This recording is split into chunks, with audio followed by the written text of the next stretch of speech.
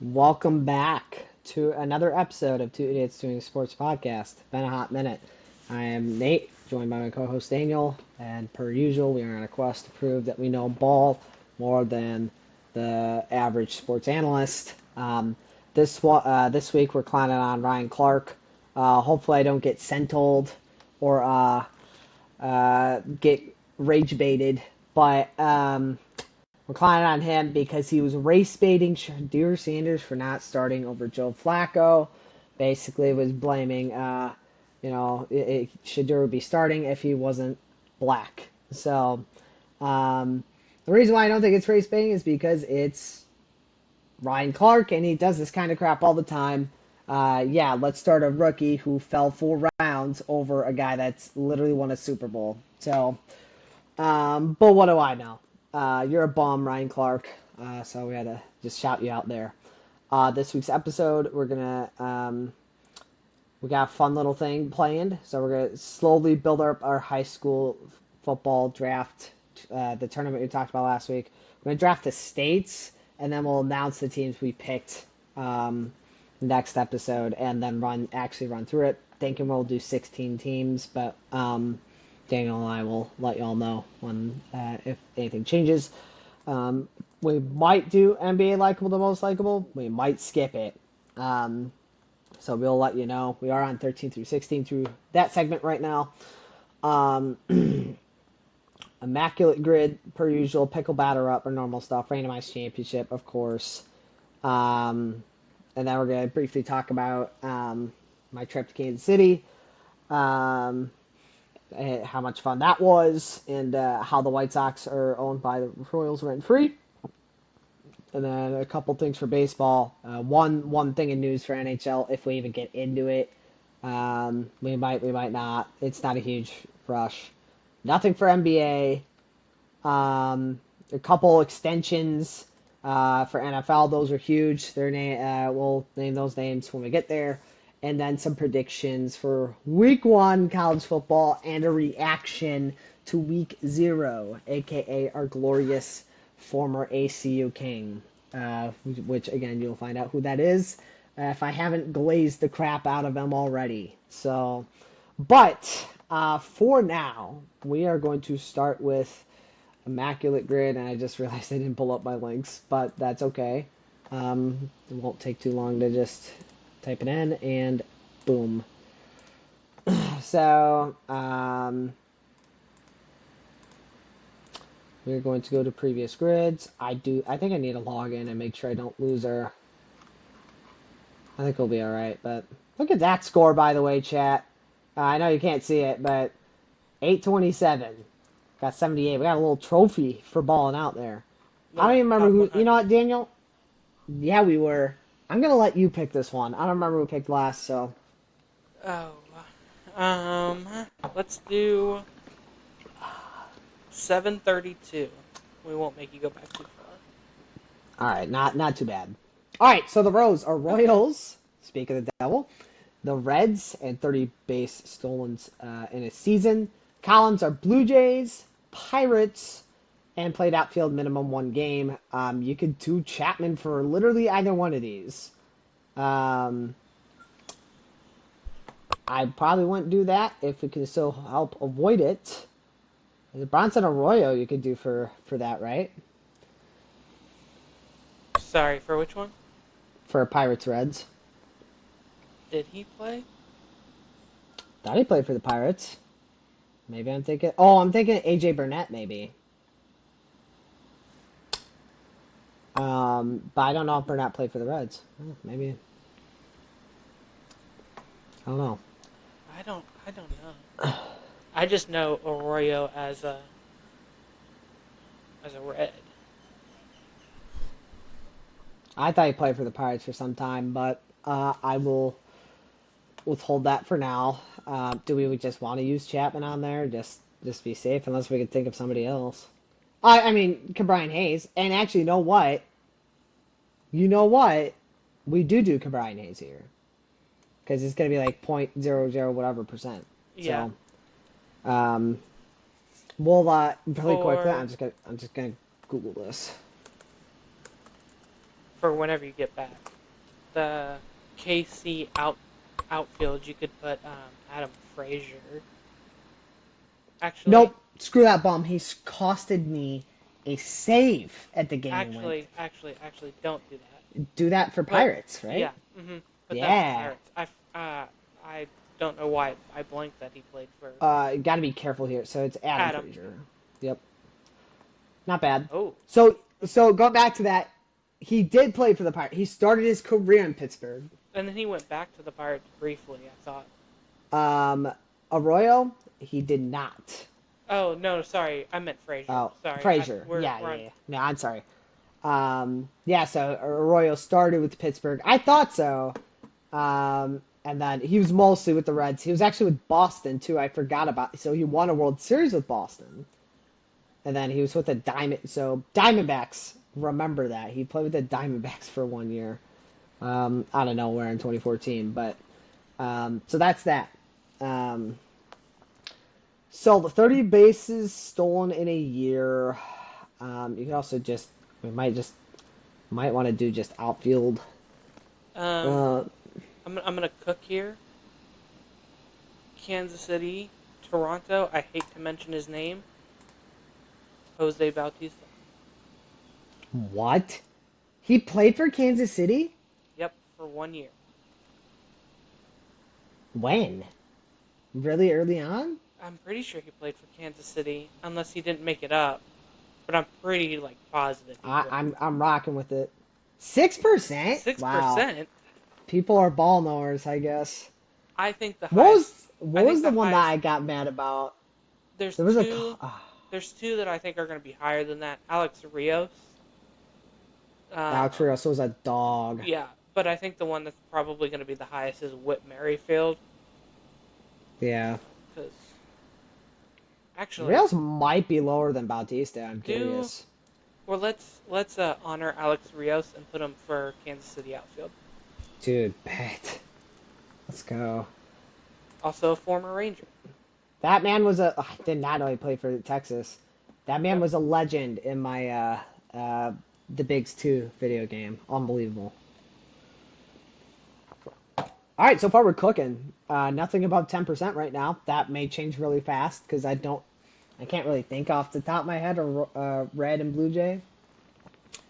Um, Um, Luis Castillo. Encarnacion for Reds Ooh, Toronto. ooh. I actually would rather do. It's Edwin, right? Edwin, yeah. Yeah. Oh, Oh, maybe we should have gone Luis Castillo's. wow. Let me, I'm gonna do this on my phone. I'm dying to know. Um, I feel like so if I go previous grids, if I go to 732, sorry, I don't want to waste our time here, but I'm just curious how. I wish when it showed the results, I wish it would tell you the percentage of each person picked. So if we did Castillo, I really thought Luis Castillo would have been higher. Oh wait, did he not play for the Reds? Am I making this up? Where did he start? It says he didn't go there. I'm glad you said Edwin. I thought he played for Oh, did he not? No, he didn't play for Toronto. I'm getting Toronto mixed up with Seattle. That's what's Ah, happening. Well, I'm definitely trying to glad we said think of. Edwin. Apparently, Kevin Goss or not Kevin Goss. Yeah, Kevin Gossman also played for the He Reds. played for the Did not Reds? remember that. Wow. Huh. Okay. Wow. Good to I was know. just curious on Um, if I recognized anyone else that played for the Reds in Toronto, and I really don't. Outfield, Reds, 1 game. Ken Griffey, Good, go senior. Griffey. He's probably. Did Ken Griffey Sr. do it? I'm pretty sure. Hold on. Let me think about this. Dude, Because this would be didn't a. He was with Seattle, but I'm he did pretty play for a long sure. time. I'm pretty sure that's where he started. I'm gonna trust And then you. he went back to coach, which is then why Ball Junior knower. went back to Wow. Cincinnati. Ball Yeah, knower. That's crazy. I had no idea. yeah, it's actually insane. That's wild. So that's the play. A 30 stolen base season. Jose I want Reyes. Actually, that's I going to be a want high one. I want to put Alfonso Soriano so bad. I don't know. I'm pretty sure Soriano's done it. I'm pretty sure. I don't think it did as a Cub, but I'm Oh, fairly certain. who was the center fielder last year for the A's? What's his name? I He's thought it no was no. longer he's no longer in the MLB. He's not with the A's anymore either. I don't Who is remember. it? I'm only thinking Rooker and he's DH and Butler. No, the dude flew. Do we think Coco Crisp did it? But Coco that would just Crisp be outfield had in to general. have. Shout out to the legend. Screw it. We're going Coco Crisp, chat. I was gonna Yeah. say there's no shot he There's no didn't. way he didn't. Yeah. I really wanted. You know what? I haven't pulled up on my phone. Let's see if my phone. It's our. It's. Let's see if Alfonso Soriano. I'm pretty certain. I'm pretty certain. So Alfonso is 1%. So Coco is the better play, but Alfonso did do it. So Blue Jays. This is where it gets hard.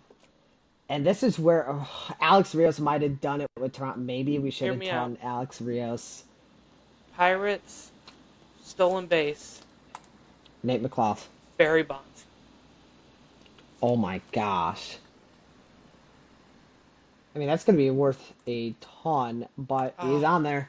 dang it! I should have. It's fine. I should have got I'm something. going to look for Nate McLaughlin. I have my phone up. Nate McLaughlin. Did he do it? He didn't do it. I didn't think so. He had like 1 year where he was like really good, and he wasn't really stealing a lot. So, okay, Toronto. So this. Oh, we just need stolen bases. Did Jose Reyes? I Because we wouldn't don't do need Reyes. outfielders. Yes, Reyes did it. Rajay Davis, Oh, Rajay also Davis another would be a one. Kevin Pillar what? would be one. Pilar? Pillar, when Wow. he was younger, was a solid stolen base guy. We can go Kevin Pilar. Let's go Kevin Pilar, chat.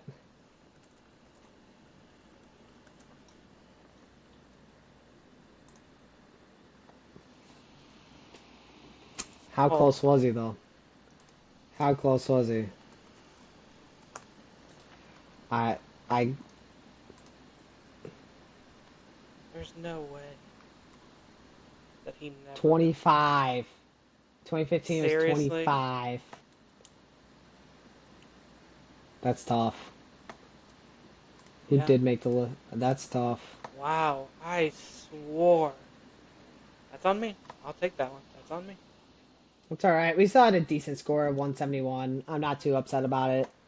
Um, We so, should have gone let us know Rajay what y'all Davis. get, but should have gone Rajay. Yeah, that's unfortunate, but That's all good. it is what it is. So, for right now, we're going to go over to Pickle Chat.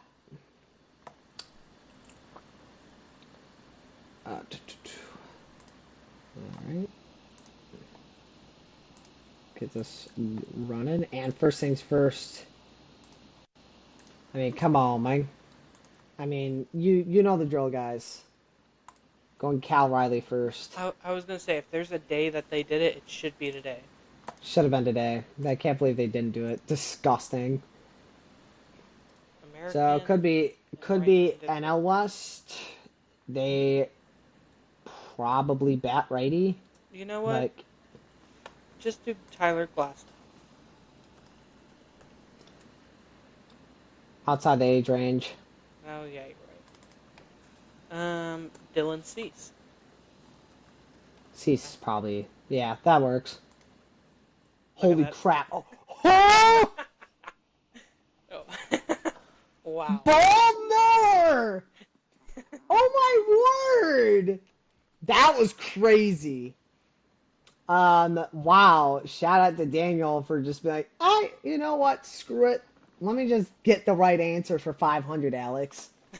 That was insane. What a poll. That was that was wild. Okay. So I know this is not his stance. Don't care. Going for it. He's American. That's it. Is it Bryce Terang? That does kind of look like his stance.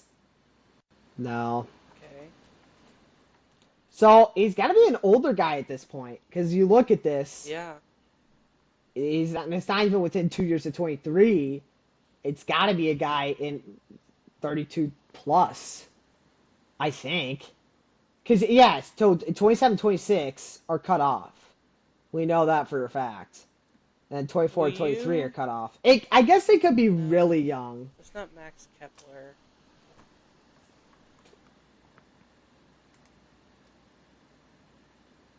How old is Brandon Nimmo?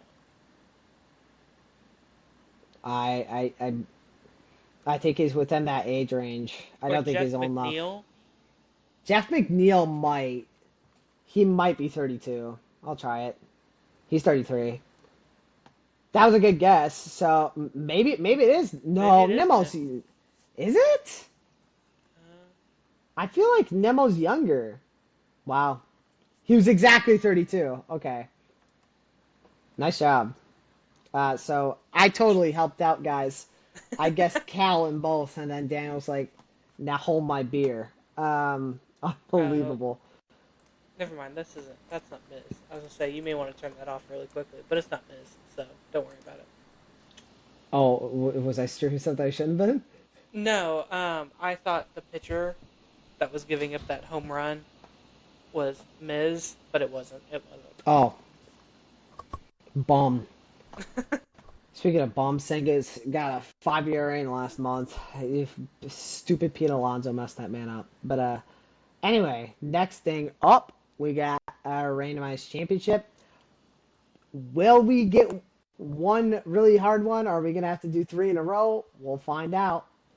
So I actually had to pull this up because this my I had to do a fantasy wheel for one of my really a kicker league I made. It's really funny. Streaming sir, where is it? Podcast wheel. That's got to be it. Yep. And then random.org. Where are we gonna land today, chat? I'm gonna guess MLB. How original. Where do you think it's landing? I could tell. wasn't. WNBA. I knew it. I knew you were feeling WNBA. So here we go. We're cooked if it's at the WNBA, unless it's 2022. We're both wrong. It's NFL. Oh, All right, and so really quickly before we get into that, go over to our NFL breakdown. It's kind of messed up right now, but yeah, because the Daniel, we had the Rams being the Bengals. Where's me being the Bengals? Right up there. But that should be under NFL. Our NFL breakdown. Where is it? This is not good. There's the NBA.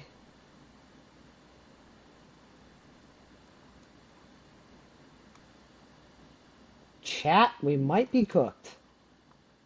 Have we only done one NFL one? I feel like that's not true. Oh, there we go. There it is. Oh, I have a couple baseball ones mixed into the NFL. That's what's going on. That's what happened. Okay.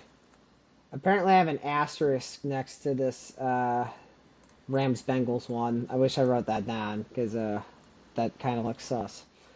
Okay, so far me and Daniel are pretty tight for the NFL predictions one. So 3 for 3 there, 3 for 3. I think we're 9 for 9 actually. We've done three of them and had gotten all three right. First Super Bowl I believe we said was. Do I have that written down? First one's 1967. So we go over to random.org so you know I'm not cheating. I don't know why I'd cheat. through 2025. And the year, I think it's going to be 1969, chat. I'm calling it right now. 2012. Um, I'm pretty sure this is Saints. It's not Saints. It's in the Saints Stadium. I think this is Baltimore and the 49ers.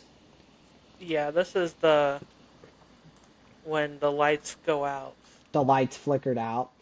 So, And then chat, we may be doing a second the one. Ravens come back and take that game.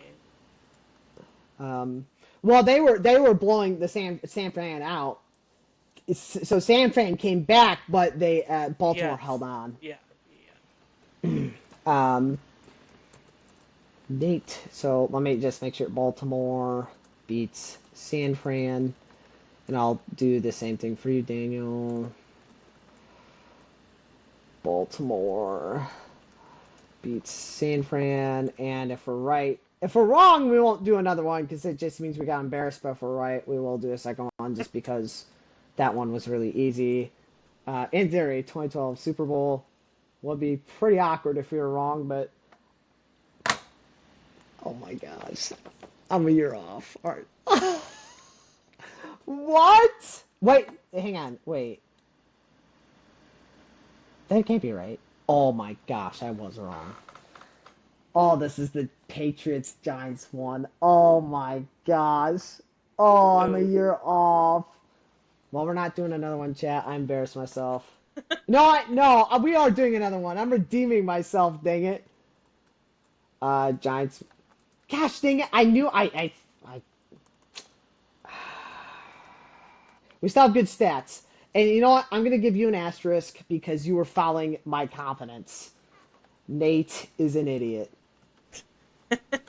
Putting that in parentheses. Daniel does not get any fault for that. That is me being a moron. Oh my gosh, I was confidently wrong, chat. That being said, it's all about the years. That's my biggest issue. Yeah, All right, so I feel like that's the biggest thing that throws me off is like yeah, the years. the Yeah, year. Yeah. yeah, crap. Whatever. I'm doing one more. I said it. I know I said it one, but I need to redeem myself because as a fan of the team that lost, I really should have known that. Oh, look at that, MLB. This is gonna be really bad, isn't it? It's gonna be. This one's gonna be really bad. I guarantee it. MLB.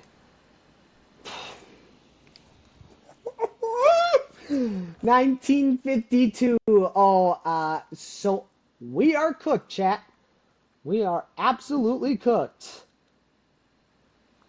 This is right before the Giants win the World Series, so I'm not gonna go Giants.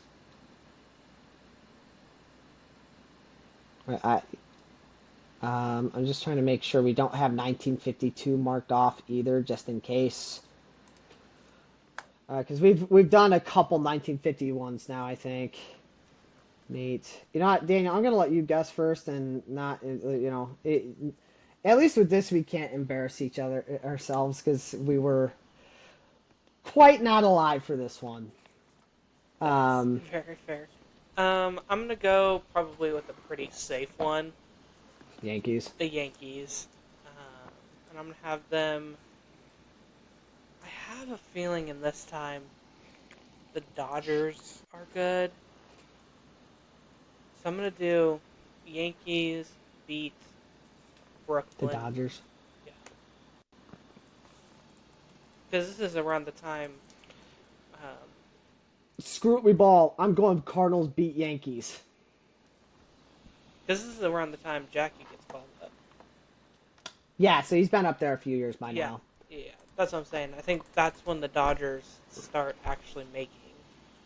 That's my reasoning behind my choice. I hate my life. you were dead on.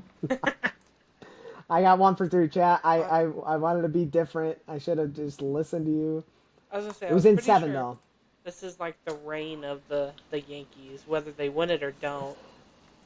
They're in a lot of these World Series.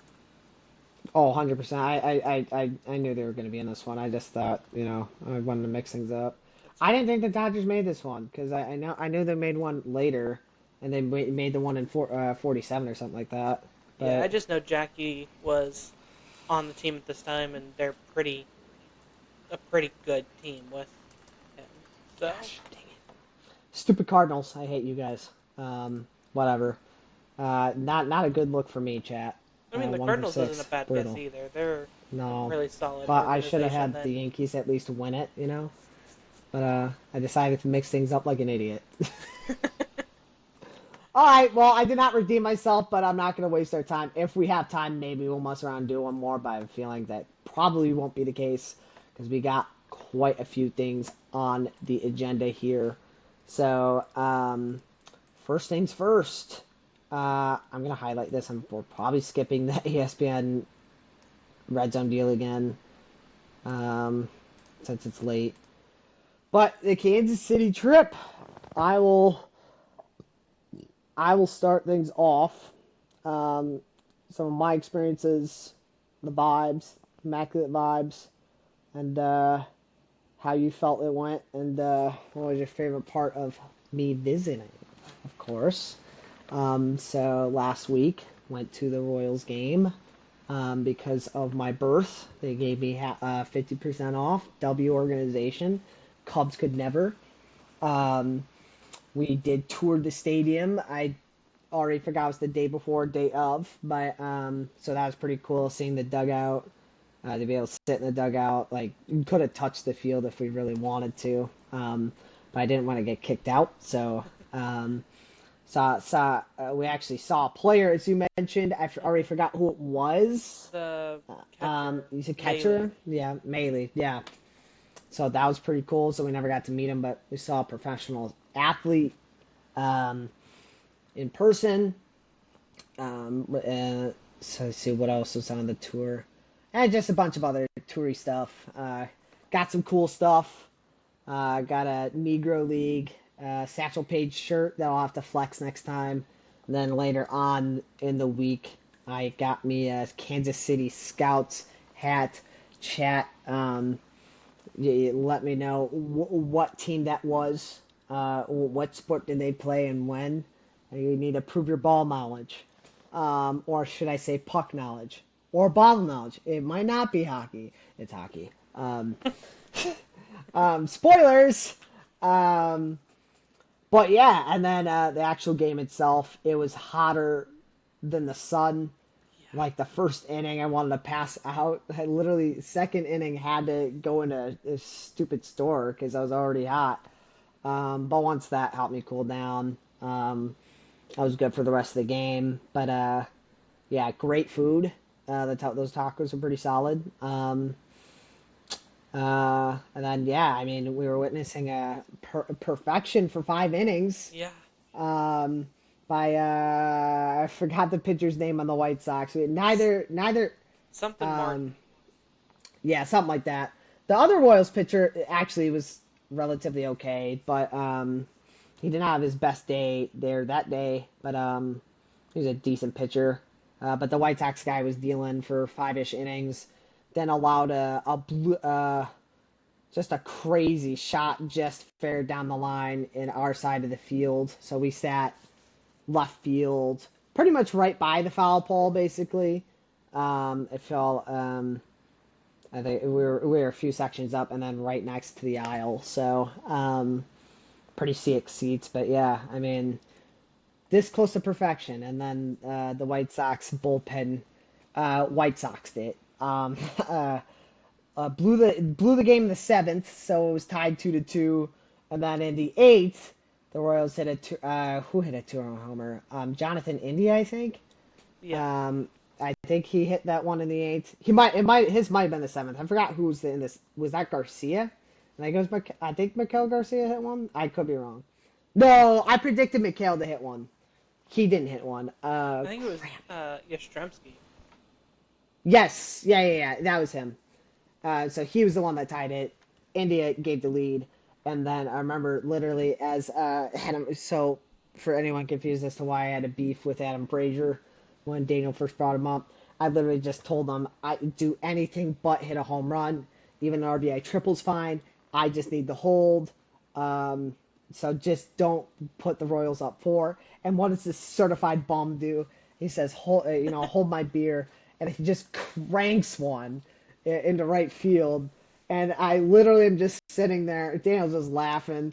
And I'm just sitting there in silence thinking, you've got to be kidding me. That was the one thing you couldn't do.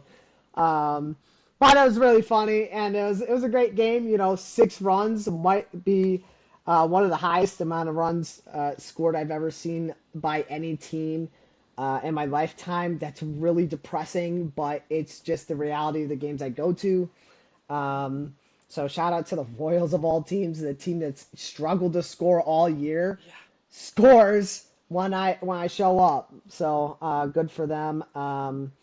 It was a great game, and it's a great experience, great trip. We also went to this arcade, as if any of you care. That was a ton of fun. Shot some hoops. We totally didn't cheat in any way.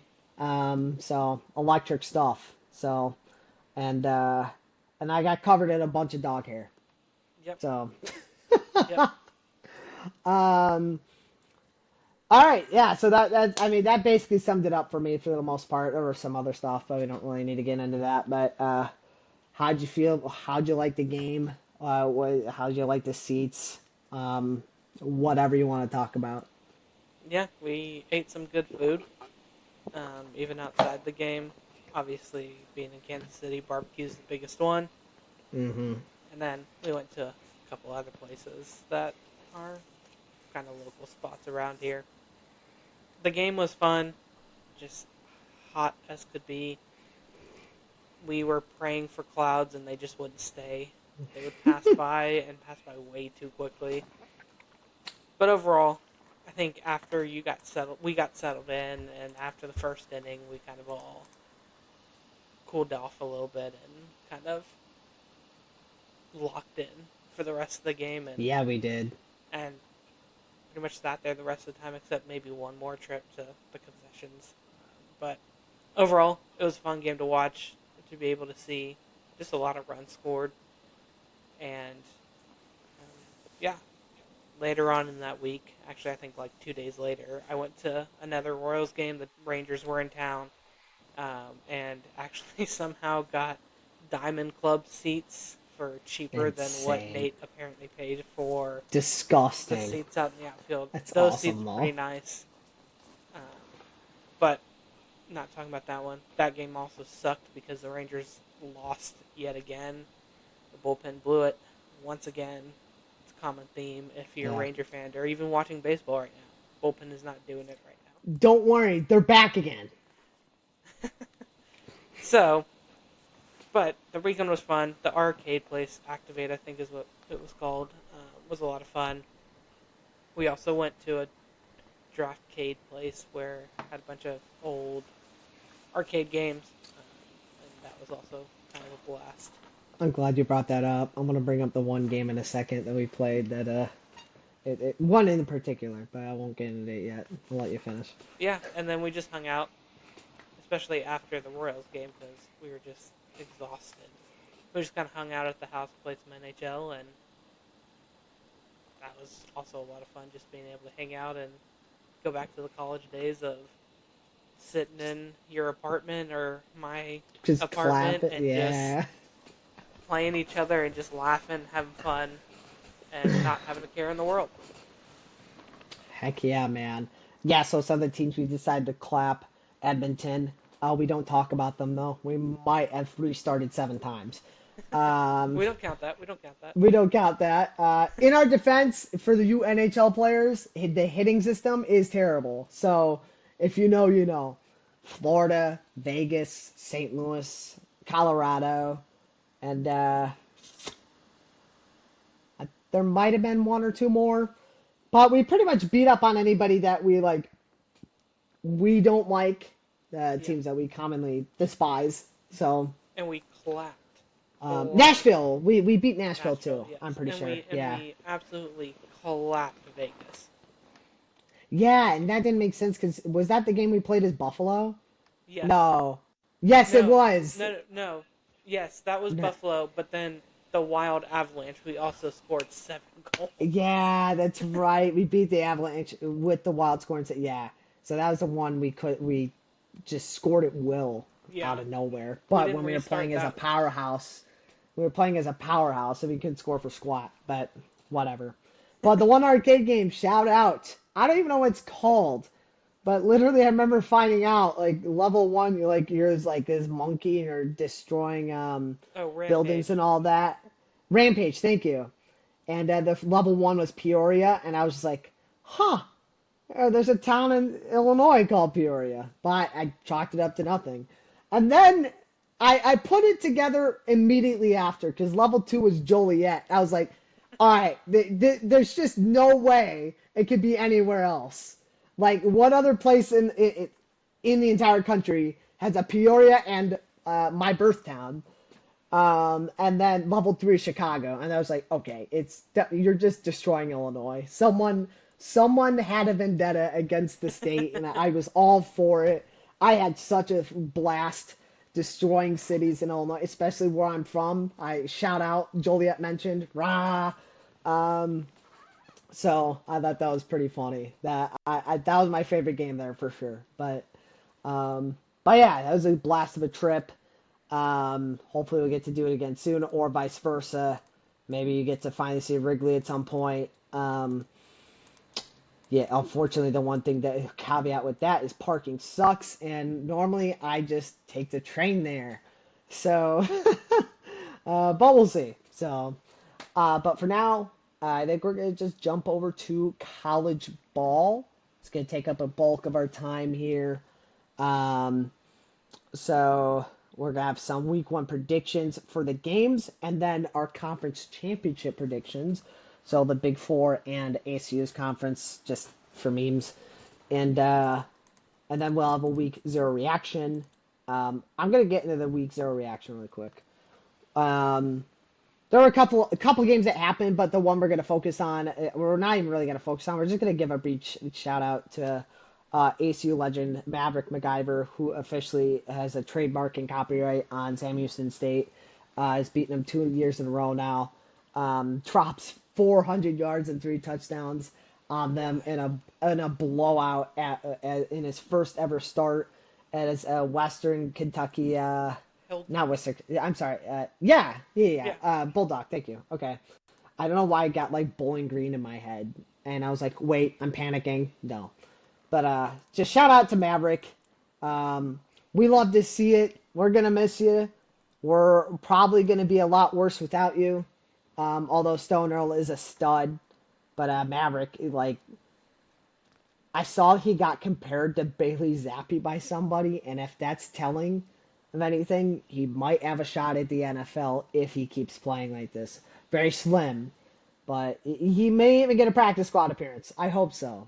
But do you have any real quick thoughts on, like, did you look at any highlights, or like just like general shout out for him just destroying Sam Houston? I didn't watch any of the highlights, but Yeah. thanks for continuing to. Thank you for continuing the ACU tradition and blowing out our most hated team in Sam Sam Houston. Houston. Even though they're long gone, we still And don't. bent us over numerous times in Yeah, football. but we don't talk But about that. We absolutely own you, and you guys are clowns. And a former ACU guy went to Western Kentucky just to beat you again. darn right he did. Darn right. Not for any other Now, reason. now if only we could beat SFA, for crying out loud. But LSU, that's LSU better watch out. McIver's coming. darn right they will. LSU's taking that L chat. But all right, speaking of LSU, we got week one predictions, and we got some good games here. Hmm. Um, since you brought up LSU, we might as well just talk about LSU. LSU Clemson, who you got? This one, I feel like this one's going to be probably the closest one of the week. You got two returning quarterbacks in Garrett Nussmeyer and Cade Klubnik, I think is how you pronounce his last name. Hmm. Klubnik, however you pronounce it. So, two solid quarterbacks returning, guys that are probably going to be top of the draft this upcoming draft. I think Clemson's going to take it. Clemson has a lot of returning players. I think they said I think I saw somewhere like 60 something percent of their offense is returning. All of their offensive line is returning back. And then I think they also said 70 something percent of the defense is coming back too and our returners. That So stat convinced me. so for that, I'm going to put Clemson. I once again think this is going to be a very close game. LSU last year just didn't show me anything to see that they can win the big game. They went to multiple teams and lost, like USC. I know Hmm. that was the first game of the season, but that should have been a game that they won. They struggled with and I think they ended up losing to A&M. Then Alabama absolutely curb stomped them Clapped their cheeks. in Death Valley, which is crazy. So if LSU's defense doesn't show up, this may not be a close game, but I don't think that's the case. I think LSU will show up to play. I think it'll be a close game. I think it'll just come back to Clemson has played in a lot of close games like this. They've played in meaningful games. They were in the college football playoff last year. A lot of those guys are returning from that team. You have, uh, uh, what is his name? I can't even think of the head coach. Debo. Sweeney, Twinny. Yep. Dabo. There it is. I don't know Dabo, why. sorry. In Yeah, in I my said head, Debo. I had Danbo. Dabo. He knows these big games. He knows how to play. He knows how to coach, and he knows how to get his players ready. So I'm going to put Clemson. I once again think it's going to be a very close game. It'll be a fun one. Yeah, I think the fact you said 70% of your defense convinced me. I wanted to go LSU really bad, but the other reason I'm going to go against LSU is because of the head coach matchup. I'm not, Brian Kelly's kind of a deer in headlights when it comes to big games, and he's done a good job of uh, putting together. He's a great recruiter. He's just not a great coach in big moments, and I think Dabo is proven that on multiple rings that's that he is a coach that can get the job done. So I'm that those are the reasons I'm just gonna rock with Clemson. I think it's very easy that LSU can win. I think LSU wants to win. It starts with your defense. We know your offense can show up, but um, last year it was a big problem. And if you're gonna want to turn the page and contend to be a playoff contender, your defense needs to shape up. So until they prove to me that the defense is improved, I can't trust them to get the job done. So I'll go Clemson here. Next one, we'll might as well just save the top one on our list for last, since that's probably the big ticket game. Plus, there's certain biases for both of us, for both of us to say the least. Um, One for loving and one for hating. So we're gonna wait on that for a second. Although I'm not a fan of either of these teams either, because I'm a sane American. Notre Dame at Miami. I'm going Notre Dame. Miami's just one of those teams that every single year, I don't know if they're even ranked this year, but they're always overhyped. Always overhyped. And I know they're pretty much guaranteed to be the other team to go to the ACC Conference Championship. Miami and USC are two of the most outlandishly overrated programs year in and year out. They get ranked, get curb stomped by somebody, and just fall apart. I mean, like even last year, yeah, the number one overall pick in the NFL draft, and how many times did Cam Ward have to survive some miraculous DPI call or a miraculous no catch in the end zone call? I'm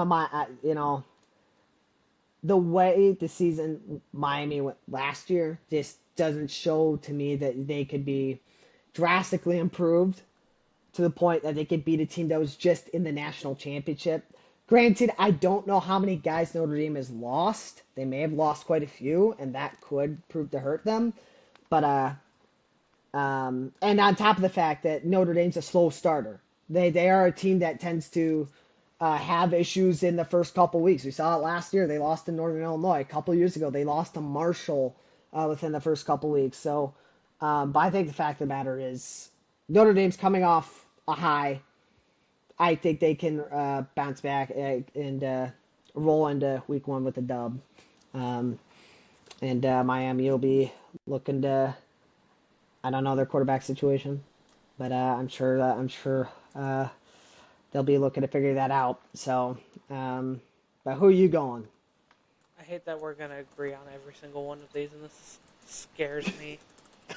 I also think Notre Dame. Who says I'm taking the one team that we're thinking in the third one? That's I'm fair. just kidding. I say Notre Dame too. Yeah. I'm looking at things and hearing things that people believe this is Marcus Freeman's best Notre Dame team, which is kind of crazy because they were Yeah. a pretty solid team last year. I thought they lost more guys than they did. Apparently, they kept a lot and even stacked the defense Okay. more than what they had last year. They apparently went out and solidified the secondary. Jeremiah Love is back, and when he was healthy, he wasn't healthy in the playoffs, but when he was healthy throughout the season, was absolutely dominating every team. And I think it's going to be hard for Miami to stop him. It was hard for anyone to stop him last year, and I think it's going to be the Yeah. same case this year.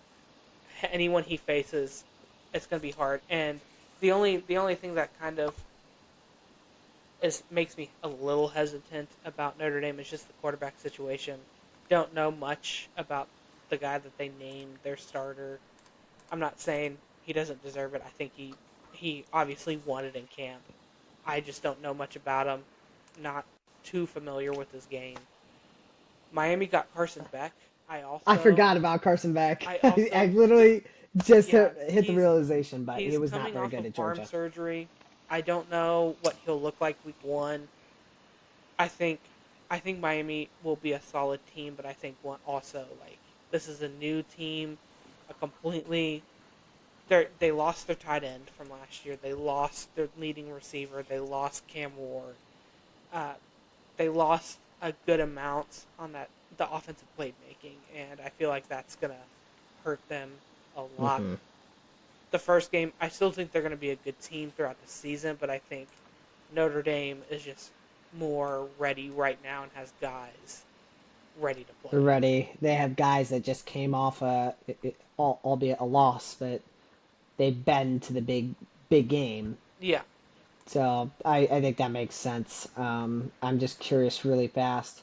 While you discuss your prediction for Texas versus the Antichrist, um, and Ohio State, I'm gonna pull up and see what that spread is of that Notre Dame, both of those games, and I'll look at that third one too. But who are you going for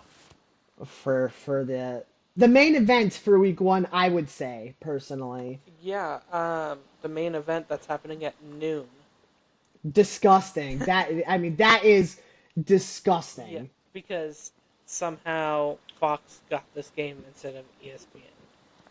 Regardless, I'm gonna roll with my squad in Texas. I think it's hard. I think it's gonna be a defensive battle more than anything. Yeah, Uh, similar to the playoff game. yeah, Texas is returning a bunch of their defensive players. Ohio State also is returning a good amount of their defensive players. I just don't know much about saying on the Ohio State side.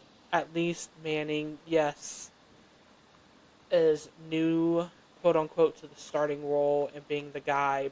I just feel Manning has experience in some big games playing when Ewers got hurt in the SEC, which, granted, it wasn't some of the best teams in the SEC, but the SEC plays a little bit faster and the defenses run around a little bit quicker. Hmm. So I think Manning can do it. I think it's going to be a low scoring game. I'm going to put it at that. I think the spread or the over under is like 47 or 48. 47 and a half. So I would you're say hitting the under on that. I would take the under on that. Just once again, two new quarterbacks. Manning's been in the system for a while, so he knows the system. I think it's going to take him a quarter and a half to get his feet under him because that's a big environment. It's going to be loud. It's going to be something he hasn't experienced on the field. Because when they played Michigan last year, Ewers was the quarterback, and that was the biggest venue, in my opinion, that we played at. And so I think I think Texas will pull it off. I just think it's going to be a low-scoring defensive battle the whole game, and who can make the play when it matters most. And I think Manning will do that. Yeah, this is a tough one because even though Ohio State's quarterback's going to be coming in inexperienced, you're gonna be throwing to debatably the favorite to win the Heisman and Jeremiah Smith. Dude's going to be next level good this year, barring injuries, of course, but hopefully he doesn't get hurt. But Um, Texas held them to 3 receptions and 12 yards last year. that is fair. I will go Texas very hesitantly. I really want to pick Ohio State. I feel like they're gonna come in. Yeah, I'll go Texas, but I feel like that. I feel like I might regret that. The reason why I think I might regret it is I feel like Ohio State's gonna come in. They feel disrespected. You win a national championship. You beat Texas, and you're ranked below Penn State. It's one thing to be ranked below Texas, the team you just beat. But I think there's decent justification in that. As you mentioned, you brought a lot of your defensive players back, and you are now in the Arch Manning era. So there's hype for Arch, and there's a lot of belief that he's going to be a really good quarterback. But to be lower than Penn State is just mind-boggling. I understand this might be James Franklin's best team ever. I don't care. They can't beat Ohio State. They haven't proven it. I don't care how much better your team is, unless if Ohio State lost their entire roster, and they're like banned from a bowl game. That's like the only way I could justify playing Penn State over Ohio State right now. And so I feel like Ohio State at home could come and do this game feeling disrespected because they're the defending champs. It's not like they lost in the second or third round. They won the whole freaking thing with Will Howard, no less. So that being said, Arch is more experienced, albeit not much more, and the fact that Jeremiah Smith was shut down by Texas defense, I think Texas can pull it off. This game, to me, whoever wins this game, it's going to come down to turnovers. If one mistake is going to cost, I think it's going to cost either side of the game. I truly believe that'll be the case. So if Arch throws an interception, Ohio State doesn't, I think Ohio State wins. Vice versa. I think both teams got really good defenses, and obviously they just got a load of talent everywhere. I would kill to have one 5-star guy. You guys literally have the entire country's worth of 5 stars on both sides of the field. Must be nice. But should be a fun game. Ridiculous that this game's at 11 a.m. I mean, how did Notre Dame Miami get the? That's a Sunday game. What the heck? Who's the Saturday night game? LSU, Clemson. Look, LSU Clemson is going to be electric, but I mean, I have a quick proposal. I think we should start doing this how we do NFL. First game needs to be the national champion, or at least it doesn't have to be the very first game like week 0 all that, but the first primetime college game needs to be the team that won the title. And I don't care who they're playing. Because that should be a banner moment. That should be electric. And especially who Ohio State's playing, this should have been the main event. And instead we're watching it at 11 a.m. Thank you, NCAA. Yeah, when the top 25 came out and Ohio State was at 3, everyone knows this is actually a 1-2 matchup. Yeah, no one sure. believes that Penn State is actually better than Ohio State. Except Penn State fans, but they're delusional. That's fair.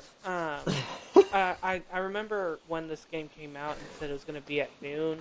Fox did try to change it to a night game, but they wanted to change it to Sunday night, and Sarkisian said no, which I respect because yeah, because that means you're staying a day later than what you're supposed to and you have a short week the Yeah. next week. I don't know who are playing after Ohio State. It's probably no one, but it puts your guys at a disadvantage in that way. Also, don't say you're going to schedule it for noon and then want to switch it 2 months out. Like, you should have expected this to be a big Yeah, a big for sure. weekend, and it should have been the night game for ESPN anyways. I don't know why Fox was giving it. Let 100%. let Fox go have number 2 Penn State. It will be a fun game regardless, and at least we can, the positive of playing at 11 a.m. You can wake up late Saturday morning and then be like, "Holy crap, this game's about to start!" So it's gonna kick off. I mean, I can sort of see the logic. You're kicking off the start to the season with debatably a game of the year situation. There is a positive to it. It's just, football, a big thing with football is the prime time events, and this is like textbook definition prime time matchup. But how Yeah, about instead we'll just play the equivalent of the Jets and the Jaguars, and somehow that'll end up being game of the year because yeah, that's how Thursday night works. Games always work. this But could be literally a sneak peek at a college football playoff matchup oh, down the road. 100%, possibly even a national championship matchup, depending how things go. So, Yeah, I um, mean, I was looking at the teams that are in the top 12, and I mean, not maybe a little bit farther than top 12, but like the only team that's really returning a starter, like a starting quarterback, is Penn State, Clemson, and LSU. Everyone, excuse or me. I guess, and South Carolina, but South Hey, Carolina, South Carolina is peaking outside the top 12. we're But returning a quarterback. The disrespect. You okay, listed you're the 12. You're team 12. Yeah, we you are just beat. We just beat the audacity. I'm going to Ohio State just because of that now. 12. I'm going to Ohio State just out of spite. The disrespect to list South Carolina after we beat those bums. Unbelievable. I'm going to put in parentheses only because Daniel disrespected Illinois. It's okay. You won't. Right.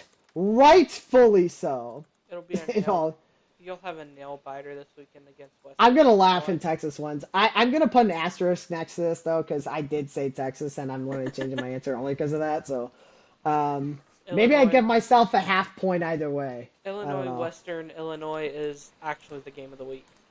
Absolutely, Western wins 3-6. That's the most Illinois game ever. But hey, Penn State, never forget who has the longest college football game of all time against Penn State, baby. And surely we hit the over, right? Wrong. That's how we do it in Illinois. Unbelievable. But speaking more, last thing for college football, we're gonna do conference championship predictions really quick. So I'll start with Big Ten. I'm gonna go Ohio State, Penn State. Pretty basic answer. I think teams like Oregon could sneak in for sure. I think it's just where I just should have done research and know who teams lost and all that. But I mean, Ohio State's a clear cut favorite. Obviously, Jeremiah Smith, quarterback's going to be a beast. Their defense is solid.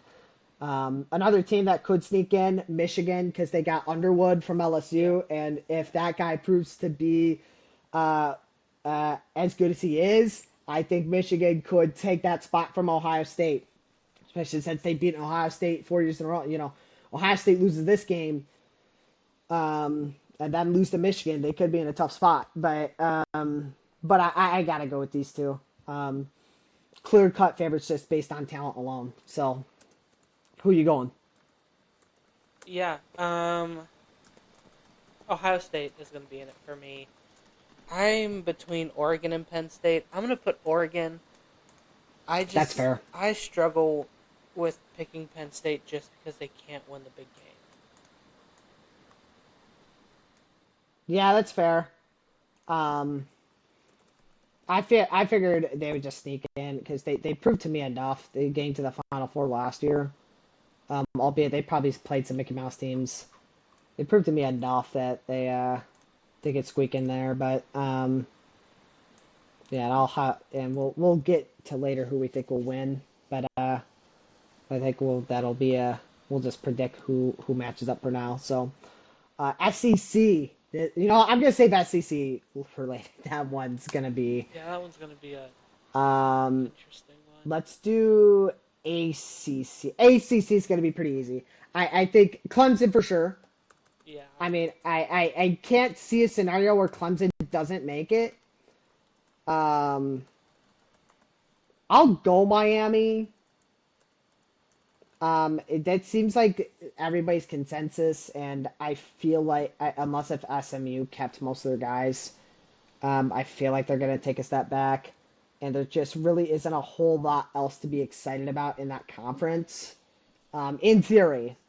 Um, so I will rock with those two. Maybe Florida State bounces way back, but I feel like even if I'm wrong about Florida State, you got to prove to me that you could be good again because last year was just so catastrophically bad for your program that I can't do it. So I'm gonna go Clemson, Miami. Who are you going? I mean, you pick Clemson, but who's gonna be your other team? yeah. I'm gonna do a sneaky one. It's gonna be SMU. I don't think a lot of So you are people. going SMU. I don't think a lot Okay. of people are giving them enough credit. They're returning their starting QB, which everyone but Clemson is not. So I feel like that's a huge advantage on their Yeah. side of things. I don't know exactly who they may have lost, who they gained, but I mean, SMU proved to be a sleeper last year. I think it'll be a rematch. I love it. I think it's a good pick. I hope that happens because was a lot of fun to watch last year. Even if they got clapped in the playoffs, so what? Um, but next we'll do Big 12. I'm not as familiar with this conference for the most part. I feel like this one, we're gonna do SEC actually. I think Big 12 is more open than the SEC. I think the only reason that makes the SEC hard is because the volume of playoff contending teams there are, but Big 12 is tougher in the sense that it gives a broader range of teams that could sneak in into the conference championship, in my opinion, especially with what happened last year with Arizona State. They were projected to go dead last, and they won the freaking thing. Or yeah, they won it, right? That's how they had to make the playoff. I thought. So that's what makes it hard for me. So I'm gonna go SEC. I'll start with Texas, Georgia, I'm not going Bama. I'll go Texas, Georgia. Um, I think I'm making a lot of safe picks here. Um, kind of just hoping I can bank on getting one team in for each pick. And I feel like these are the two consensus best two teams in the SEC right now. Um, and I think it's just going to come down to can they win in the big moments, and Georgia certainly can. I know last year wasn't their best year for their standards for the last few years, but even so, they still stuck in the playoffs.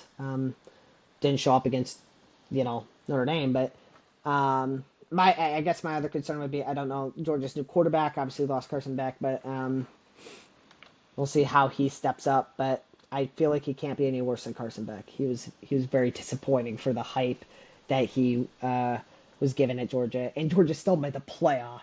So that's disappointing.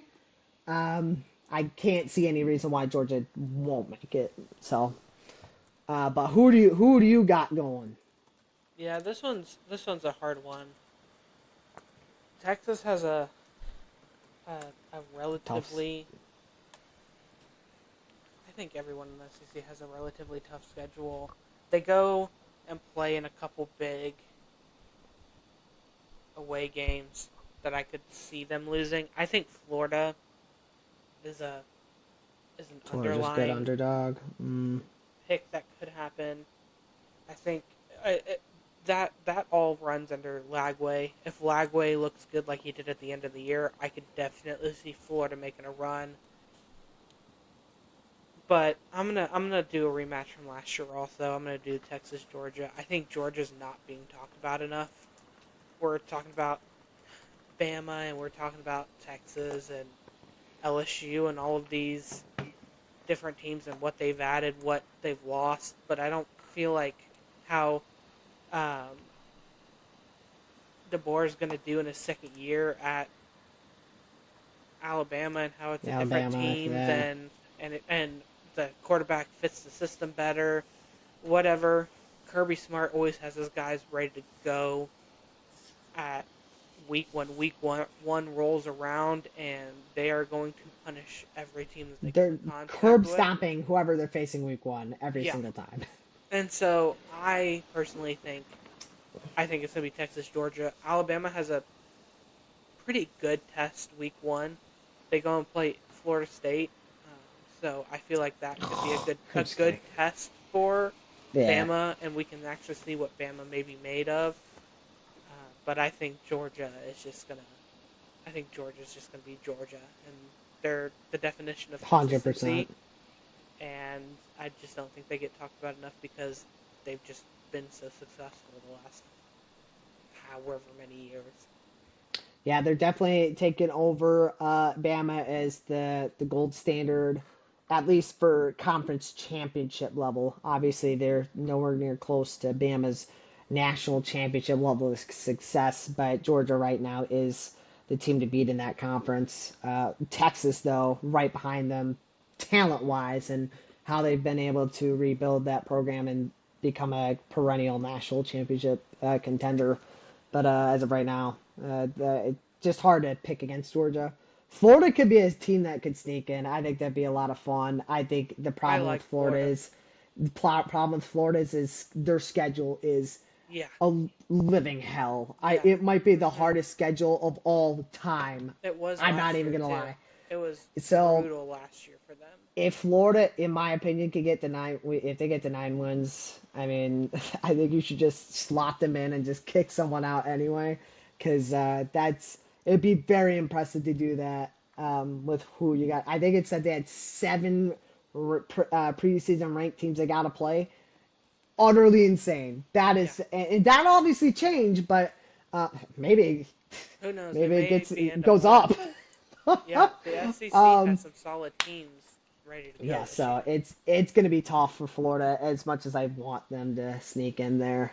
Um, but we'll see if they prove if Lagway steps up, they might sneak in. But it's going to be a long road for them. But last but not least here, Big 12. I'm letting you start this one because I started the other three, and I said last one. We're going to do our ACU's conference last, but who do this is a crapshoot. I feel like Yeah, maybe I'm wrong. Who are you I going? for the championship game, I'm gonna put Tech and Iowa State here. Um, Mm. Tech brought in a lot. They spent a lot of money this offseason going and getting guys in the transfer portal. Whether it'll work or not, no clue. I think they have a chance to be a Big 12 champion. Baylor's going to be another team that struggled a little bit last year, but ended really well. I feel like that could also be a team in the mix. A team that got a recently new head coach maybe won't be in the mix as much this year, but I could see it next year or 2 years down the road. West Virginia with Rodriguez coming back said he's going to make that offense the fastest offense in the in NCAA. So that could throw some Big 12 teams for a loop. But I just think the talent that Tech brought in is just if even if you only get part of that talent showing up, I feel like it's better than the rest of the conference except maybe Iowa State. I think Iowa State has proven to us that they may struggle early in the year, but they find it once Well, conference play we hits. kind of already know and already had conference Yeah, play hit. yeah, for them Yeah. And they walked into the road week 0, taking down Kansas State 24-21, a team that's not you want to sleep on. It could be another team that sneaks in the conference championship, albeit starting off in conference play 0-1 is going to make that pretty hard. You pretty much have to go perfect from here on out. Maybe lose one more. Um, we'll see. This conference is going to be really competitive. I like Yeah, Arizona because State for yeah, that was sure. another one. Yep. Um, they brought a lot of their guys back last year. They're ranked right above Illinois. Within 2 weeks, they won't be because we're going to put the team on our backs, and Luke Altmaier's going to prove he deserves to be the national quarterback of the year award. He's going to win the Heisman. We all know it. Not me writing in all chat. But I mean, it's a scary pick because they came out of nowhere, and as much as they came out of nowhere, they could very easily disappear. But I think what their head coach did last year was sensational and almost beating Texas, giving you a heart attack and a half. I think deserves the respect to predict them having going back to back. And then Iowa State, I love what I saw out of them against Kansas State week 1, as I just mentioned. Um, it's not an easy task to roll into that stadium. Kansas State has a lot of good talent, and 24-21 is a pretty respectable score. You scored a decent amount of points. You kept a decent amount off the board.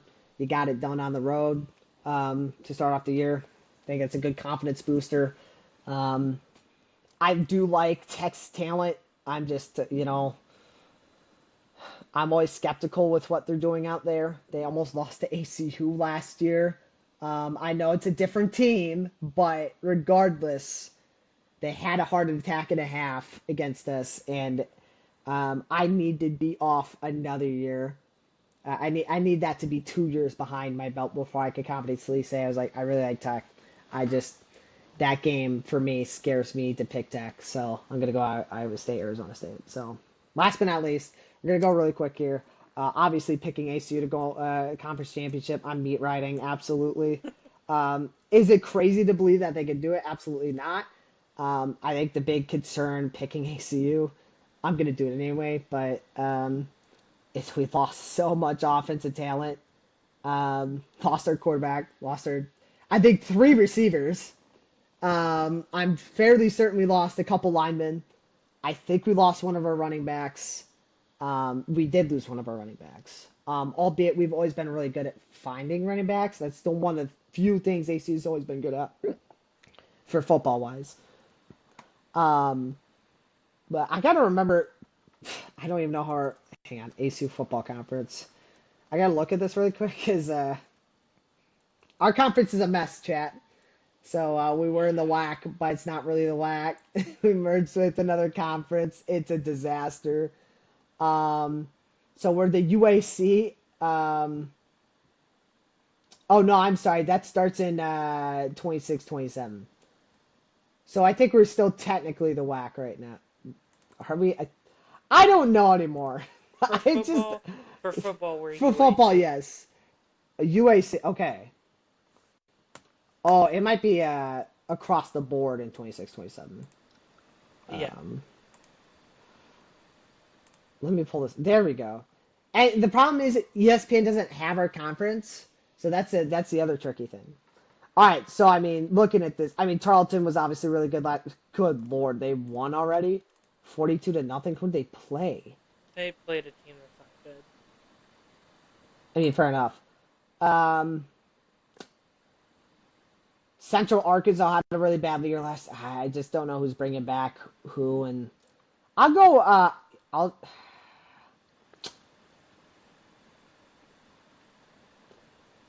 I'm a spice things up. I'll say ACU and Tarleton State. I think it'd be electric. Tarleton wasn't fantastic last year, but they were good enough to give us a good run in our matchup last year, and we were able to pull through. But I think this would just be the real reason I'm picking this, to be honest, is just how electric this would be. Bitter rivals for so many years now. I know I've talked my fair share of crap to their fans when they come over, and I know they've done the same thing. I've gone on their Instagram and clowned on them. I was on there for hours when we beat them last year. Just an electric series. I think it'd be a lot of fun to have as a conference championship game. Um, so um, if we have, not thinking about it, do we have a conference championship game? No, we don't. No, we don't. You know what? We'll just go hypothetical. I'm delusional, chat.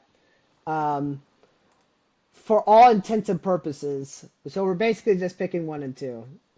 We'll just pretend we have one. Yeah, now thinking about it, we literally beat Tarleton to win conference. That's right. So lame. But who would you think would be one and two if we had one? Yeah, Shows how much I'm ball gonna I put know. the same. I I mean, see you talking. ACU obviously number one.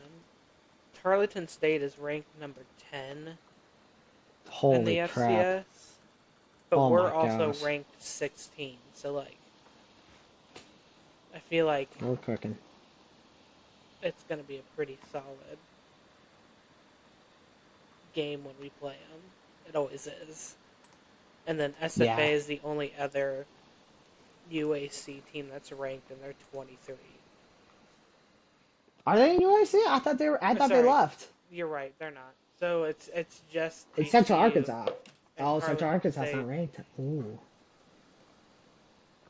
I guess granted Central Arkansas was really bad last year for their standard. Southern Utah was the only other team, That's yeah, to get a vote to be in the I top forgot 25. about that. Yeah, Um, so honestly, it should be Tarleton State and ACU's to lose, but I don't know. UAC's been crazy. Austin P could come back this year, and Same with Central. I mean, Central's just a Central team that's also. had always a really good football program. Um, but yeah. So that's ours. Yeah, guys, don't listen to my ball knowledge clearly because I don't even know. It took me that long to realize we don't even have a conference championship game for my alma mater's conference, and I've literally watched us play football for years. So Wait, embarrassing. El Bozo. Uh oh. Wait. What? we don't play Tarleton. No, we do. We do. Never mind. Never mind. We do. Well, for this, it doesn't matter if we play them. This is just a Oof. hypothetical. We play Incarnate Word too. They're ranked number 5. We played them last year, didn't, or 2 years ago. Yeah. We kept up with them. Yeah, but we have to go We to also, San Antonio. yeah, we're probably losing that, but I think we could keep it close. Other than that, we have a pretty favorable schedule. We do have a favorable conference schedule for Yeah. sure. So that's why that's part of a big reason why I'm picking us to be honest because I remember Tarleton is we the have a only weak team that schedule. I'm currently afraid of. Central Arkansas could be Yeah, a but good we one. ended up having a share of the conference with what 2 conference losses. We might have had 3 to be honest. Yeah, No, we maybe. only had 2. I think we only had 2. I think we only had 2. Um, one of our losses was bad though. I do remember that. I mean, Um, we always have one of those. yeah, of course we do.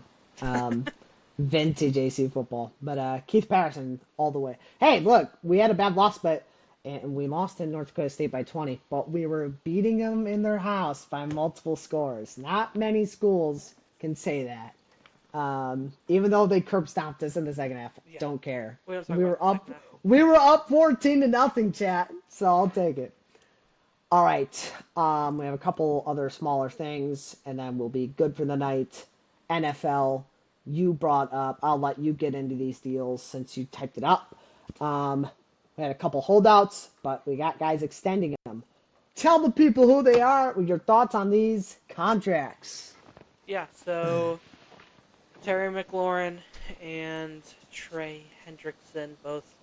Hendrickson didn't get an extension. He just got $14 million added to his already existent $16 million deal for this year, so he's going to get paid, in a sense, $30 million this year.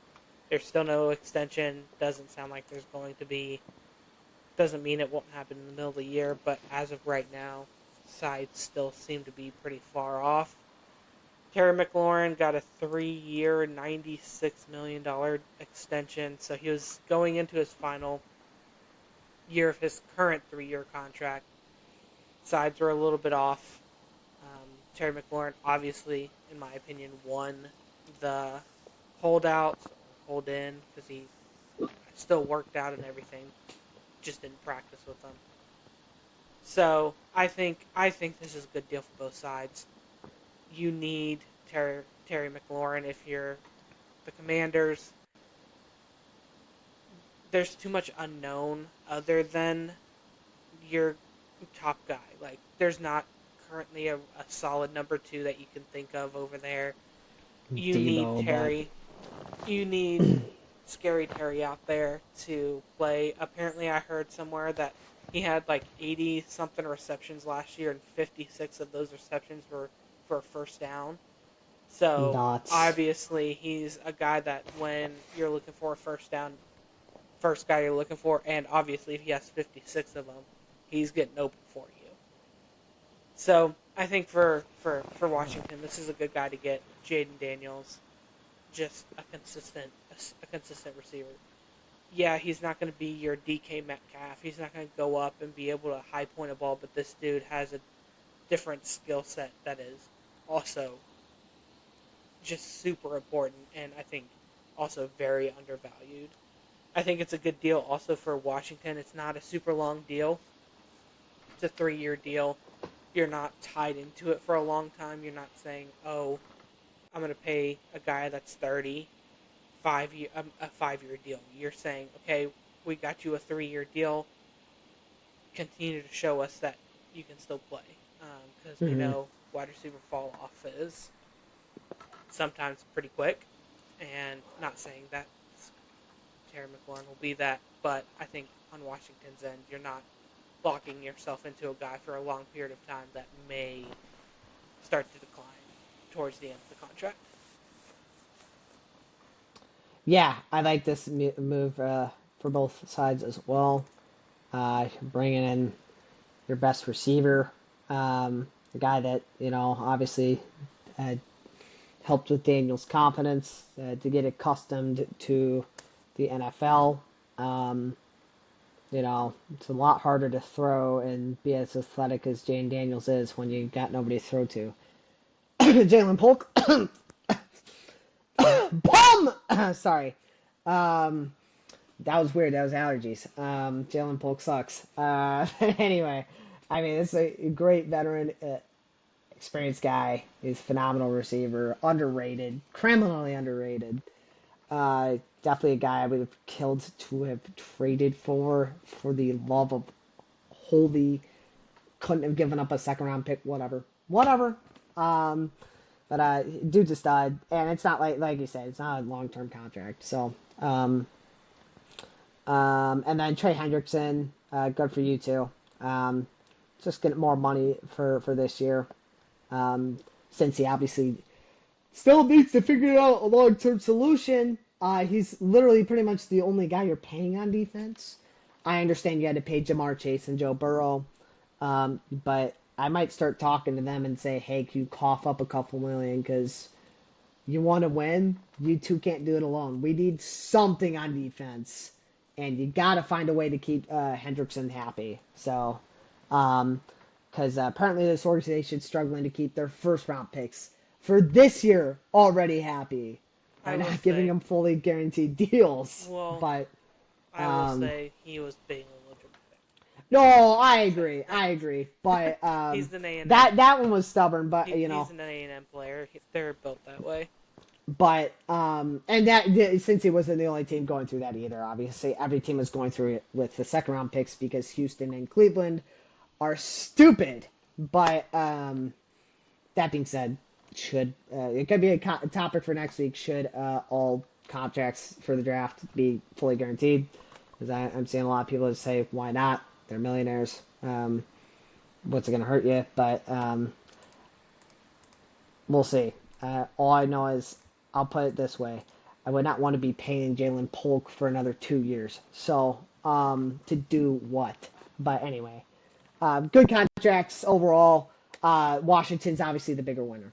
So, um, MLB, really quick. I'm not even really going to go into my fantasy updates. I won. I squeaked it out. It was kind of ugly. I said I'd help you out, and I didn't really help you out. Um, but the guy, my offense had the worst week in a while. They only had 102 total bases, only 10 home runs. I had a players only meeting this week, today, and told them get your act together, and otherwise we're going to start doing sprints because that was a disgusting performance. Um, but pitching was up and down for me, but overall I was able to. I had 13 holds, so Wow. boys popped off in the bullpen. They heard my complaints and was like, "Yeah, bro, we got you, but we got you." So finally, Jason M stepping up, but that was the big category I had. But I was able to beat the guy for you. Too bad. I think you didn't have a good last week. I I don't didn't know have what a good happened. So, Sunday. I was really, we were tied 6-6, or I was up 7-5, one of the two. And then everyone on my pitching staff just caught decided him. to. Well, he also had Skeens going, so like regardless, I Oh, you really faced didn't have a Blake. shot. Ah, you were Uh, supposed to beat him. Ah, oh well.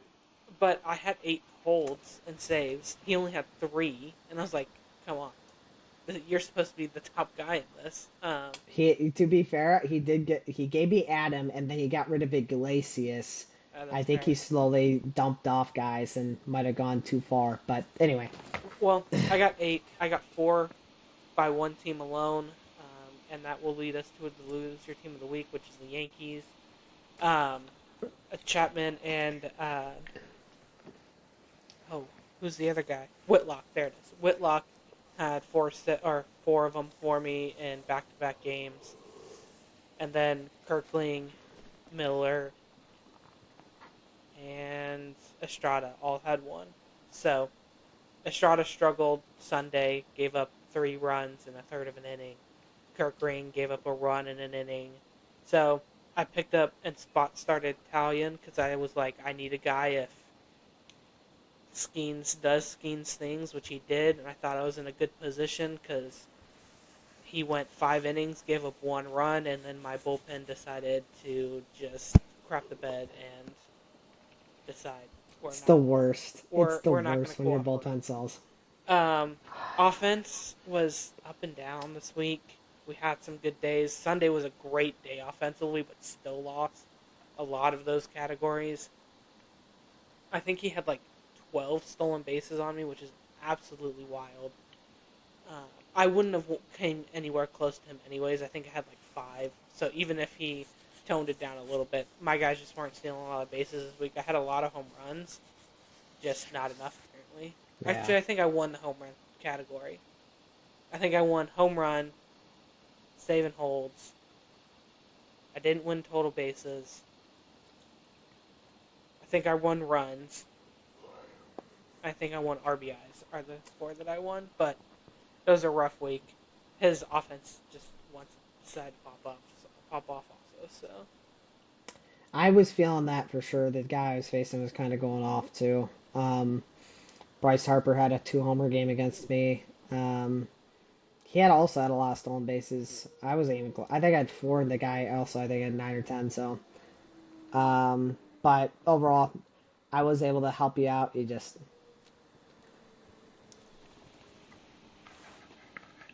you typing my Pookie Bear. Got it. We got a glaze alert, chat. Glaze alert. This just in, I'm glazing, or just screw my fancy updates. Although this is technically a fancy update. Cal Raleigh, my glorious king, my Pookie Bear, my one and only sunshine, the greatest fantasy acquisition for me of all time. 10th round pick, by the way.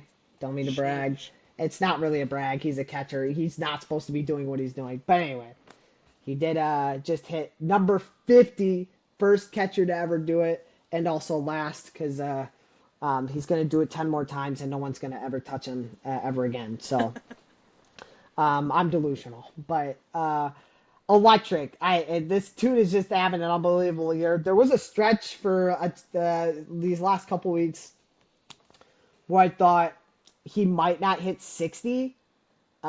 He's hitting 60. He's got like 30 games to do it. And obviously hitting one right, just literally just right now as you typed. puts him 10 away. So he hit the 50 home run mark. Um, I'm absolutely in love with this man. I cannot express how much I love Cal Raleigh. He's literally been him and Schwarber alone. If you combine those two dudes, I have 92 home runs between two guys in my lineup. That's absolutely That's insane. just disgusting. And we have a month to I go. don't think my whole lineup So, has 92 home uh, runs. yeah, that'd be worrying. There's no way that'd be true. I know No, you're it's being not. It's dramatic. not You're in second place and you don't have 100 home runs between your whole lineup. Oh my gosh, your pitching better be It cracked. was early. Uh, it was. Kind of struggling now, but yeah, I love this man. Um, I am officially. If he hits 60, I might buy a jersey. I straight up might just do it. I don't know if I want to do it because jerseys are expensive, but I will get something merch related.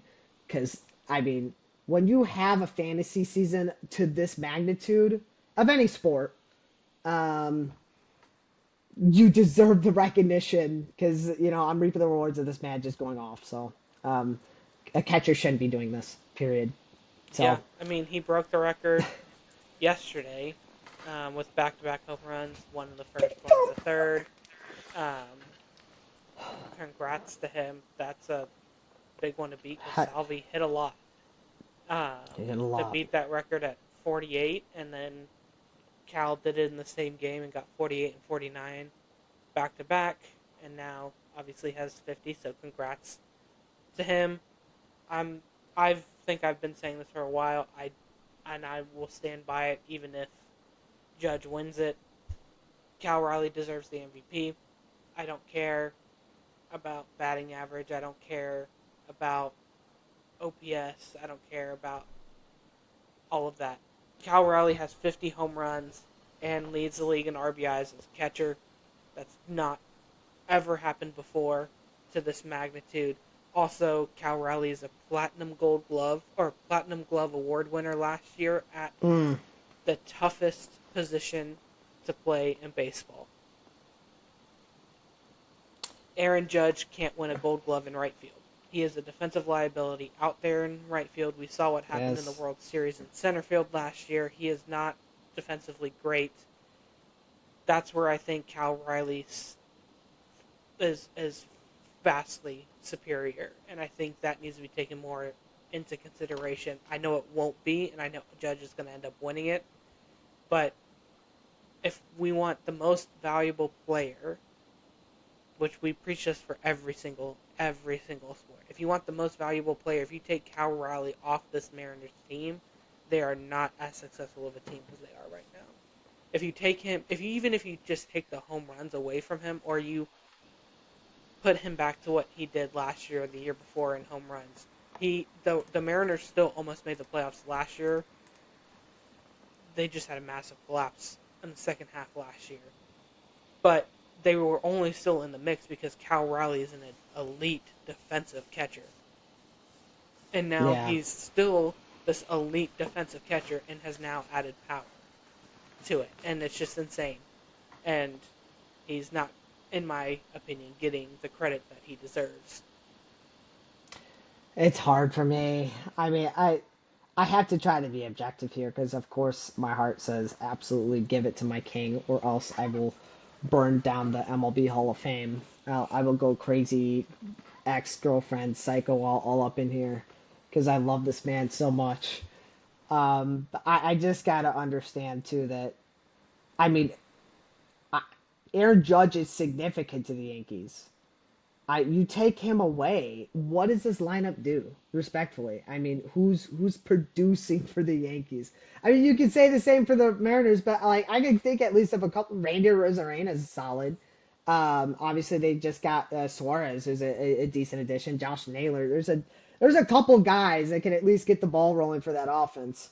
Whereas the Yankees are just Ben Rice is all right. Cody Bellinger's having a good year. And Paul Goldschmidt's been nice, but those guys aren't going to win you the amount of games that they are. Aaron Judge has kept them in the race of the wild card. I think it goes both ways. Um, Now, Judge is a defensive liability, absolutely, and you know, I think that hurts him. That's a big thing that's hurting him in this race, right? Cal's doing this as a two-way player. Aaron Judge isn't, but Aaron Judge is getting on a lot more. It's going to be close. I think if Cal can get to 60 home run, if Cal breaks Aaron Judge's home run record, which is possible, but it's going to be hard, I think he's got it because voter fatigue is a thing. We're seeing this in the NBA. We're seeing this in other sports. If Cal could break that record, I think he 100% has it regardless. But we'll see. It's going to be close.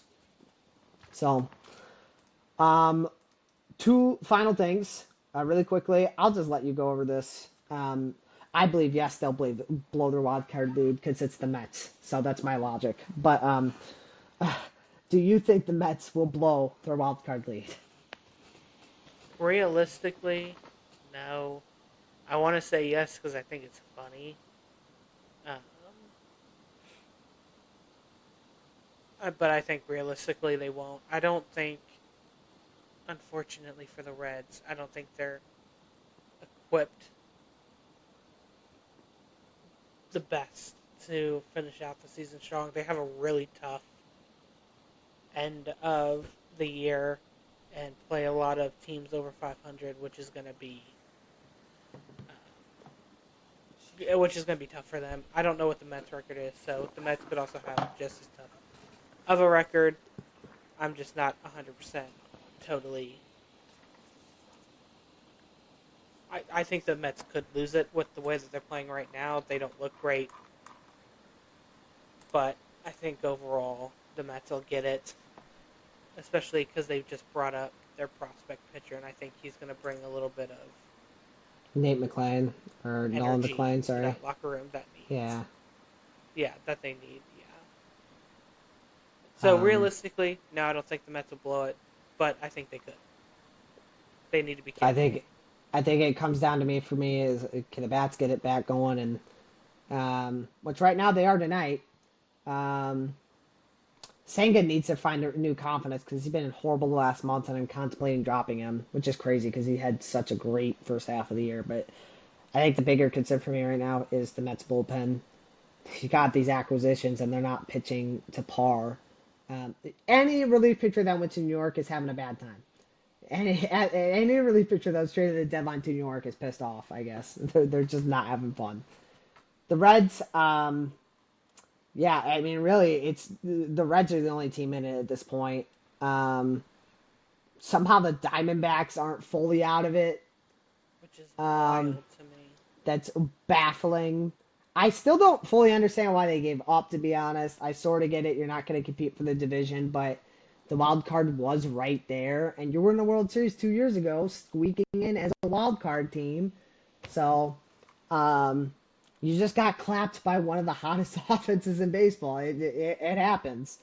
Um, but yeah, I mean, you're probably right. But the Reds only have one last one than the Mets, so they are right there. But if the Reds cool off, which right now they're kind of 500, it's possible. Nobody else will catch up unless if St. Louis, the only other team, St. Louis has a classic St. Louis run where they win all but two games in the last month of the year and then sneak in and win the World Series on accident, which very easily could happen. But I don't think it will. So you're probably right. Yeah, I hate so to say I it. want, I want, I like the Reds. I'm happy to see them being competitive again. It's Same. I It's that been it's been a long It time. hasn't happened a long time, but their schedule is they have a 3 game series against the Dodgers. Then they play St. Louis, which, eh. Then they go to Toronto, or they play Toronto and New York again. Then they go to San Diego, play San Diego. Then they have to go play the Cardinals in St. Louis again. Then they play the Cubs, Pittsburgh, and Milwaukee. So it's not an Brutal. easy end of the road Well, for. if there's any confidence, at least the Toronto series, Toronto's been kind of up and down. Yeah. So um, Toronto's kind of been losing. I mean, I think they kind of picked it up recently, but they Well, were losing. They lost the series to the Pirates They lost before that. They lost a series to the Royals. They lost 3 or 4 to Baltimore. So they were kind of struggling until the last series where they beat the Marlins, and of course Rangers are going to Ranger and lost Yeah. that. The Cubs. The Cubs kind of sparked them back into shape, but um, Well, yeah, the Mets don't have an easy one either. They are playing Philly currently.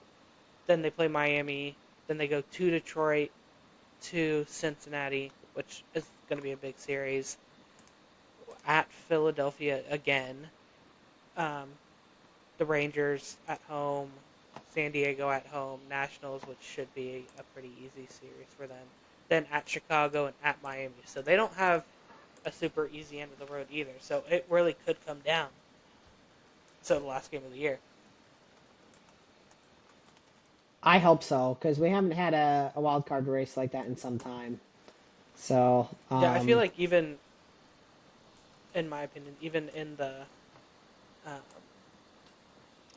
what do you want to call it? Even in the AL, like most of them are pretty figured out now, but we don't know who's going to be 1, 2, and 3 in that wild card. All that we know one's a can be little bit up for more of the air, though. I mean, because the Rangers only a couple games behind the Royals. They're, when you're within like 3 to 5 games of the wild card at this point, still anything could happen. But we are getting to the point where I mean, like Boston's solidly in one of the spots. The Yankees are. We don't know, but theoretically they should be fine. Those two teams for sure. It's really about fighting for that last spot, which there are a couple teams fighting for. So, but um, last but not least, we're gonna do this super quick. I promise. So for our high school draft tournament, I skipped over on accident. We're not doing NBA likable and least likable. Thank goodness we didn't do that because there's just no way that was happening. We're gonna just draft 16 states that we're gonna use in the tournament. So for this tournament, we're gonna choose the worst team in Texas. So Texas will be my pick. Worst team, or you know what? We could do it this way. I'm including my high school in here again, Minnetonka, Illinois. So Illinois is the state, and then we'll have you do Texas worst team since you're from Texas originally. And then we're gonna just kind of experiment here. Pick some powerhouses, some from really random states. From I originally said 2024, but we'll have time to figure out what year we really want to do. But it might just be that year. So I'm gonna start off with Wyoming. Screw it. um, Let's see if I'm Wyoming can take Texas down. I'm currently doing a random state generator, and it gave me West Virginia. Let's go, baby. West Virginia. I'm gonna go Montana. All right, my next one was Nebraska. Nebraska, yes, sir. I'm going Delaware. Why not? All right, well we're staying up in the Northeast doing Massachusetts. Ooh, I'm just gonna call it Mass. That's you know what? New Hampshire. Why not? We're gonna go across the country to the west with Nevada. Nevada. Oh, that one. That one could end up doing some damage. Nevada has some good teams. Not a lot of depth for high school football, but they do have some powerhouses. Let's go to the home of the potato. Let's go to Idaho, chat. Well, we're going to the farthest. I guess it's not the farthest west. We're going to Alaska again. Let's go. Well, yeah, they are the furthest west. Isn't Um, Hawaii? oh yeah, wait, hang on. No, yeah, you're right. Hawaii's furthest west. Alaska could be argued as furthest east based on no. They're farthest north. Hang on. Hang on. Furthest west state. I think it is Alaska. It is Alaska Okay. because they have the little islands that trail out so far. That's basically touching Russia, and so that's why it makes sense that technically Alaska is the most eastern state in the U.S. based on the latitude and longitude things. They cross over into the other Hmm. hemisphere, I think. Interesting. So it's goofy, but Alaska. You know what? Screw it. Let's have a beef, chat. Let's go Hawaii. I got my first powerhouse, New York. Oh, New York. Thank God you didn't say Georgia. I got scared. I was like, yeah, it's gonna be Georgia. We're cooked. Okay, New York's gonna mess some people up though. I'm gonna mess them up right back with Wisconsin. Chat. Let's go. I was gonna do a mid-team New York. And my last is Kansas. Kansas. Let's go. All right, so we're gonna find out. Can Texas, the worst team in Texas, take down the other 15 states in what is widely considered mediocre, for the most part, mediocre states? New York's going to be good. Nevada should have some good teams. The rest might be, it may be dependent. We'll see. So, but for now, we'll see y'all later. Running late here on this episode. Thank you all for joining, and we'll see you in the next episode.